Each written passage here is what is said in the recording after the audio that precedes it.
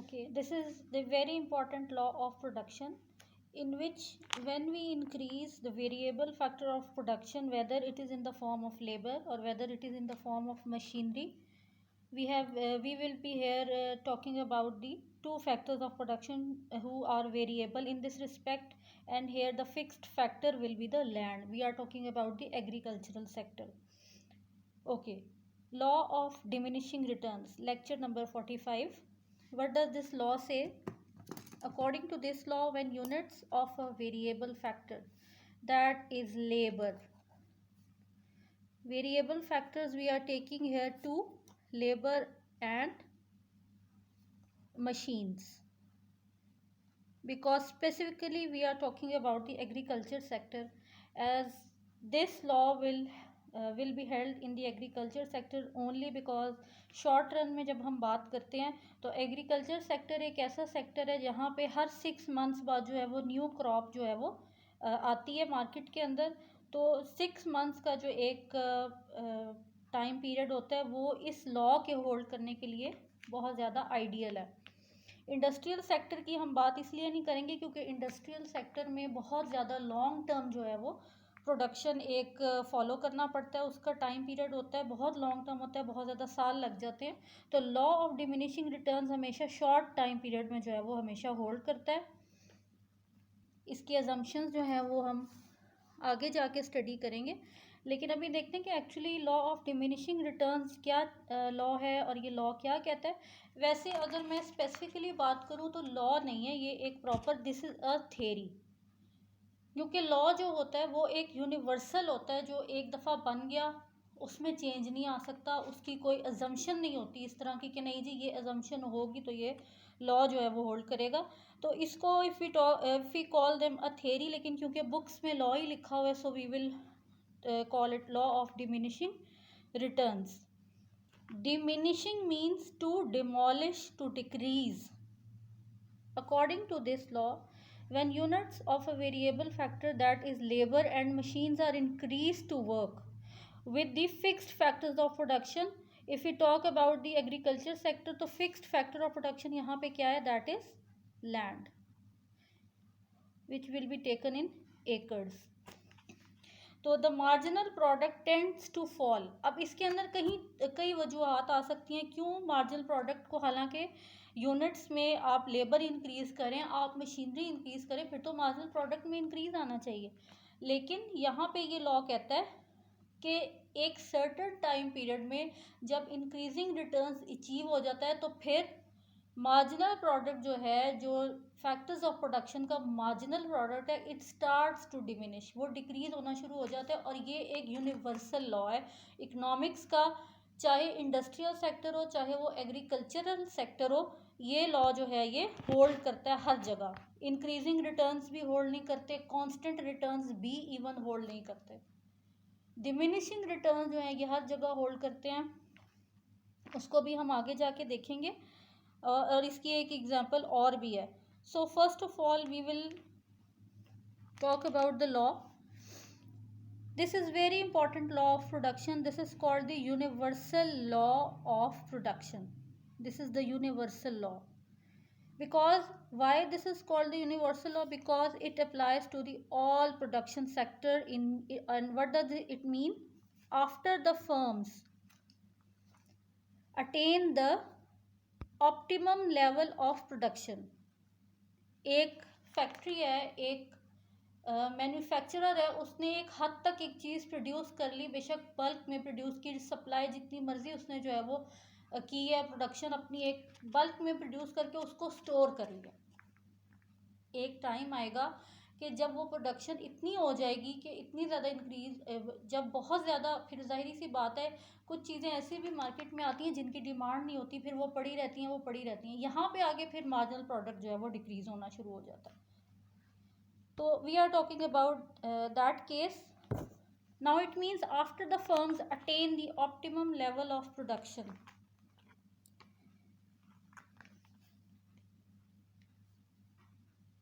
the marginal product starts falling with each additional unit of variable factor. अब आपने आप जितने मर्जी फैक्टर्स जो हैं वो इंक्रीज़ करते जाएं, आप मशीनरी इंक्रीज़ करते जाएं, आप लेबर्स इंक्रीज़ करते जाएं, लेकिन जो एक पीक पॉइंट आ जाता है ना प्रोडक्शन का, उसके बाद फिर प्रोडक्शन जो है वो डिक्रीज़ होनी शुरू हो जाती है। मैं यहाँ पे टोटल प्रोडक्शन की बात नहीं करी, I am talking about the marginal product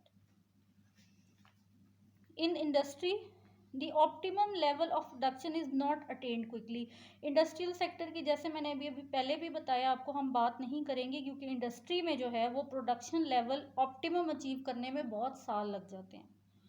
while in agricultural sector, क्योंकि जैसे मैंने आपको बताया कि हर 6 मंथ्स बाद एक नया क्रॉप जो है वो मार्केट में आता है, तो उसको देखते हुए, जैसे अगर हम किसी फ्रूट की बात करें, हम किसी सब्ज़ी की बात करें, तो जब वो 2-3 महीने के लिए उसको किया जाता है, उसको मैन्युफैक्चर जैसे किया जाता है, तो उसका एक टाइम पीरियड होता है फॉर 3 मंथ्स, फॉर 6 मंथ्स, कुछ क्रॉप्स जो हैं वो 1 ईयर भी ले लेते हैं, 8 मंथ्स भी ले लेते हैं। तो वो एक शॉर्ट टाइम पीरियड है जिसमें ये लॉ ऑफ डिमिनिशिंग रिटर्न जो है वो होल्ड कर सकता है, लेकिन इंडस्ट्रीज़ में ऐसा नहीं होता, उसमें थोड़ा टाइम लगता है। While in agricultural sector the optimum level of production is attained quickly, and when that optimum level of production is attained, then the marginal products start declining. ये अभी जब हम आगे टेबल और डायग्राम स्टडी करेंगे, then you will get to know कि कैसे एक सर्टन लेवल अचीव करके, मैक्सिमम लेवल प्रोडक्शन का अचीव करके, अब प्रोडक्शन में जो है वो डिक्रीज आना शुरू हो गया। और ये क्यों होता है ये भी हम आगे जाके देखेंगे। To explain this law we have to suppose that a farmer has 5 acres of land which is fixed. Law के शुरू में हम लोगों ने यही पढ़ा था कि यहाँ पे जो लैंड है, जो एक हमारे पास फिक्स्ड प्रोडक्ट है, वो लैंड होगा, और units of labour and machinery भी कहीं कहीं लैंड पे लगती है। जैसे आपने देखा होगा कि हार्वेस्टर्स होते हैं, ट्रैक्टर्स होते हैं टू हार्वेस्ट द क्रॉप्स, तो लेबर्स के साथ साथ वो मशीनरी भी जो है वो काम कर रही है at that specific piece of land. Now let's study this through table and diagram. Okay, we are talking about the fixed factor land that is 5 एकड़। अब ये 5 एकड़ ज़मीन है, इसके ऊपर वेरिएबल फैक्टर है, समझे एक लेबर काम कर रहा है, अभी फ़िलहाल मशीन नहीं आई। मार्जिनल प्रोडक्ट जो है दैट इज़ 22, यानी कि वो अपने काम से जो प्रोडक्ट एक प्रोड्यूस कर रहा है, दैट इज़ राइस पर केजी ऑफ 22 केजी जो है वो राइस प्रोड्यूस कर रहा है, एक लेबर की हम बात कर रहे हैं अभी उस 5 एकड़ ज़मीन पे। तो टोटल प्रोडक्ट भी जो है वो कितना हुआ, वो 22 हो गया। नाउ 5 एकर्स ऑफ लैंड पे अगर हम 2 वेरिएबल फैक्टर लगा दें, ये इसमें पॉसिबिलिटी है क्योंकि हमने लेबर और कैपिटल दोनों लिया, तो पॉसिबिलिटी ये है कि इसमें दोनों लेबर्स भी हो सकते हैं और 2 मशीन्स भी हो सकती हैं। मशीन्स यहाँ पे जो है वो हम ट्रैक्टर्स को ले सकते हैं, या हार्वेस्टिंग मशीन्स होती हैं उनको ले सकते हैं। तो उनकी मदद से मार्जिनल प्रोडक्ट जो आया है हमारे पास, फाइनल प्रोडक्ट जो आया है, वो कितना परसेंट बन जाएगा, वो कितना पर केजी होगा राइस का, 25 पर KG. and if we are going to add it with 22 plus 25, we will get to know this is 47 kg rice overall जो प्रोडक्शन हुई है उस 5 एकड़ लैंड के ऊपर। 2 फैक्टर्स ऑफ प्रोडक्शन को, बल्कि 3 फैक्टर्स अब ये हो गए क्योंकि तीनों का जो है हम लोगों ने निकाला है, तो ये टोटल प्रोडक्ट इसका है। मार्जिनल तो ये होता है ना, इसका अलग है मार्जिनल, इसका अलग है। हमने इनको आपस में देखना होता है कि इसके काम करने से हमें कितनी प्रोडक्शन हुई है, और जब हम लोगों ने 2 लोगों को हायर किया तो हमारे पास कितनी प्रोडक्शन हुई है। Okay, now 5 acres of land, again we have here 3 variable factors, और यहाँ पे जो है अब ये 25 और ये जो 47 है, ये हमारा ऑप्टिमम लेवल है। ऑप्टिमम लेवल क्यों है यहाँ के, इसके बाद आके ये 20 हो गई है। वाई दिस इज़ सो, क्योंकि आप देखें लैंड एक इतना सा पीस होता है, ठीक है, इतना सा 5 एकड़ फॉर एग्जांपल, वहाँ पे कितने को लेबर जो है वो काम कर लेंगे। लैंड तो उतने का उतना है ना, लैंड तो बड़ा नहीं है, या तो लैंड बढ़ जाए तो मार्जिनल प्रोडक्ट भी बढ़ जाए, लेकिन क्योंकि लैंड 5 एकर्स ही है और हमारे पास जो है वो टोटल 3 जो है वो लेबर्स हो गए थे, तो उनका जो ऑप्टिमम लेवल था वो 25 है। अब अगर हम तीसरा लेबर हायर कर रहे हैं तो उसका मार्जिनल प्रोडक्ट डिक्रीज़ क्यों हो रहा है? वो इसलिए हो रहा है कि उसके काम की हमें ज़रूरत ही नहीं है, उसे हायर करने की हमें ज़रूरत नहीं थी। प्रोडक्शन तो बढ़ेगी ना, ज़ाहिर सी बात है, एक और बंदा आप हायर करें, लेकिन उस बंदे की हमें ज़रूरत नहीं थी और इस वजह से हमारा मार्जिनल प्रोडक्ट बजाय इंक्रीज़ होने के वो डिमिनिश होना शुरू हो गया। So here we will talk about this 47 plus 20। Overall जो प्रोडक्शन है वो है हमारी 67। अब उसी पे आप देखें दोबारा 5 एकड़्स पे हमने चौथा जो है वो लेबर भी हायर कर लिया, लेकिन फिर वही बात है कि उसके मार्जिनल प्रोडक्शन जो है इस लेबर की हमें ज़रूरत भी नहीं थी, लेकिन ओवरऑल प्रोडक्शन तो बढ़ेगी लेकिन बहुत ज़्यादा स्लो हो गई है वो। आप देखें 47 से 67 पर केजी जो राइस है वो बहुत स्लो, जितने ज़्यादा लेबर्स हम हायर कर रहे हैं, जितने ज़्यादा हमने कैपिटल लगाया, उस लिहाज से तो 100 यूनिट्स के हिसाब से बढ़नी चाहिए, लेकिन ये जो है ये अभी भी बहुत ज़्यादा कम शो कर रही है। This is 67 plus 15 and this is 82। Then again 5 acres of land, 5 labours जो हैं अब हम लोगों ने हायर कर लिए हैं कैपिटल के साथ, और यहाँ पे प्रोडक्शन और ज़्यादा डिक्रीज़ हो गई है। 82 plus 10 is equal to 92। Total production तो ठीक है, टोटल प्रोडक्ट हमारा बढ़ता जाएगा क्योंकि, लेकिन उस हिसाब से नहीं बढ़ा ना जिस हिसाब से आप लोगों ने इन्वेस्टमेंट की हुई है, जिस हिसाब से आप लेबर्स को हायर करें, मशीनरी हायर हो रही है, आप उसके ऊपर खर्च कर रहे हैं, उसके ऊपर कॉस्ट आ रही है, तो कॉस्ट तो हमारी बढ़ती जा रही है। और यही इस लॉ का दूसरा नाम है कि increasing cost but diminishing returns. Returns उतने नहीं आ रहे जितनी हमारी कॉस्ट हमें बेयर करनी पड़ रही है। So if we talk about the diagram,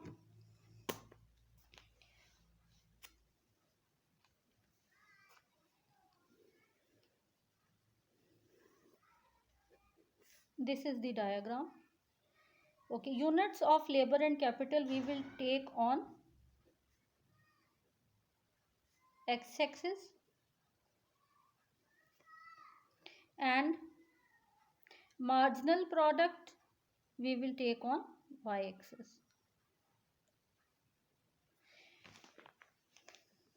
Units of labor अब आप देखें, that is 1, 2, 3, 4 and 5. These are 5 units of labor as we have taken in the table. और यहाँ पे जब हम लोग टोटल मार्जिनल प्रोडक्ट को जो है वो लोकेट करेंगे, तो मार्जिनल प्रोडक्ट में यहाँ से हम स्टार्ट करते हैं 5, 10, 15, 20 and 25. This is 25. We have to locate the marginal product here. तो हमारे पास फर्स्ट पॉइंट, जब हम लोगों ने फर्स्ट लेबर हायर किया तो हमारे पास मार्जिनल प्रोडक्ट जो था दैट वाज 22। फाइन। नेक्स्ट हमारे पास जब हमने सेकंड लिया तो हमारे पास 25 था। Join these two points, just for your simplicity I am going to draw the dotted line here. जब हम लोगों ने थर्ड लेबर हायर किया तो यहाँ पे फिर हमारी जो मार्जिनल प्रोडक्ट है उसमें डिक्रीज आया। You can see here this is a slight decline. Then fourth में जो है हमारा मार्जिनल प्रोडक्ट जो था दैट इज 15, और फिफ्थ जब लेबर हायर किया तो हमारा marginal product that got more decline, बहुत ज़्यादा उसका मार्जिनल प्रोडक्ट डिक्लाइन हो गया। और ये हमारा जो है ये फाइनल ये रिटर्न्स है हमारे पास, यहाँ पे इंक्रीज आ रहा है और फिर यहाँ से रिटर्न जो है वो डिक्रीज होना शुरू हो गए and this is called the diminishing point. ये हमारा डिमिनिशिंग पॉइंट, यहाँ से this is the diminishing point. यहाँ से हमारा जो है वो मार्जिनल प्रोडक्ट जो है वो डिमिनिश होना शुरू हो गया, डिक्रीज होना शुरू हो गया। तो ये लॉ जो है ये इस लिहाज से बहुत ज़्यादा इम्पॉर्टेंट है कि एक सर्टन टाइम पीरियड के बाद आपकी प्रोडक्शन लाजमी डिक्रीज होती है, लाजमी। अब इसके एजम्पशंस देखते हैं। एजम्पशंस होते हैं, आप एज्यूम कर लें कि ये लॉ तभी होल्ड करेगा जब ये वाले एजम्पशंस जो हैं ये फुलफिल किए जाएंगे। For example fixed factor should not change. आपने एक लैंड जो है उसे फिक्स किया हुआ है, आप उसको चेंज नहीं कर सकते। आपने अगर 5 ही जगह 10 लेबरर्स भी उधर हायर कर दिए हैं, 5 मशीनें भी हायर कर दी हैं और आपके पास जगह भी थोड़ी पड़ गई है, लेकिन ये लॉ तभी होल्ड करेगा जब आप वहाँ से लैंड को हल्का सा भी इंक्रीज उसमें नहीं लेके आएंगे। लैंड जितना है 5 एकड़ है तो 5 एकड़ ही होगा, वो 6 एकड़ नहीं हो सकता according to this law. I think so this is not applicable in practical life, लेकिन क्योंकि लॉ है तो फिर हमने इसको एज इट इज़ स्टडी करना है। Optimum production should have been achieved. Optimum production लाजमी अचीव करनी है और ये बहुत ज़्यादा लाजमी है, तो तभी जो है वो डिमिनिशिंग रिटर्न्स अप्लाई होगा। हाईएस्ट पीक पॉइंट पे जाके आपने अपनी प्रोडक्शन बतानी है कि ये हमारा पीक पॉइंट है, इसके बाद हमें प्रोडक्शन करने की ज़रूरत नहीं है। और अगर हम प्रोडक्शन करते हैं तो हमारा मार्जिनल प्रोडक्ट बजाय इंक्रीज होने के डिक्रीज होगा। The third is units of variable factors should be identical. Now this is the very unrealistic type of assumption. Factor of production जो है, वेरिएबल फैक्टर जैसे लेबर है, शुड बी आइडेंटिकल, वो बिल्कुल एक जैसा काम करें। क्या ऐसा रियल लाइफ में, रियलिस्टिक लाइफ में ऐसा कभी भी नहीं हो सकता कि एक लेबर मैंने रखा है वो इतने परसेंट काम करे, जो दूसरा रखा है वो भी इतना ही परसेंट काम करेगा। जाहिर सी बात है, जो दूसरा है उसकी कैपेबिलिटी अलग है, जो पहले वाला है उसकी कैपेबिलिटी अलग है। लेकिन क्योंकि इस लॉ को जो है हम लोगों ने स्टडी करना है अकॉर्डिंग टू दीज अजम्पशंस, तो हम लोगों को इसको अज्यूम करना पड़ेगा कि जो हमारे पास वेरिएबल फैक्टर हैं they are similar, they are uniform, they are identical. फिर production technique should not change. आपने जो एक मशीनरी अभी लगाई है 10 साल बाद भी आपने उसी मशीनरी पे काम करना है। आपने अगर 5 लेबर्स अभी हायर किए हैं तो वही वाले लेबर 10 साल बाद भी काम कर रहे होंगे। तो ये जो है वो assumptions हैं जिनकी वजह से ये लॉ जो है हम स्टडी कर सकते हैं और यहाँ पे हम डिमिनिशिंग रिटर्न्स को अंडरस्टैंड कर सकते हैं if we follow these assumptions. I hope you have understood today's topic. So this is it for today. If you have any query, any question according to this law, this rule, then you can ask in the comment section. Thank you and Allah Hafiz.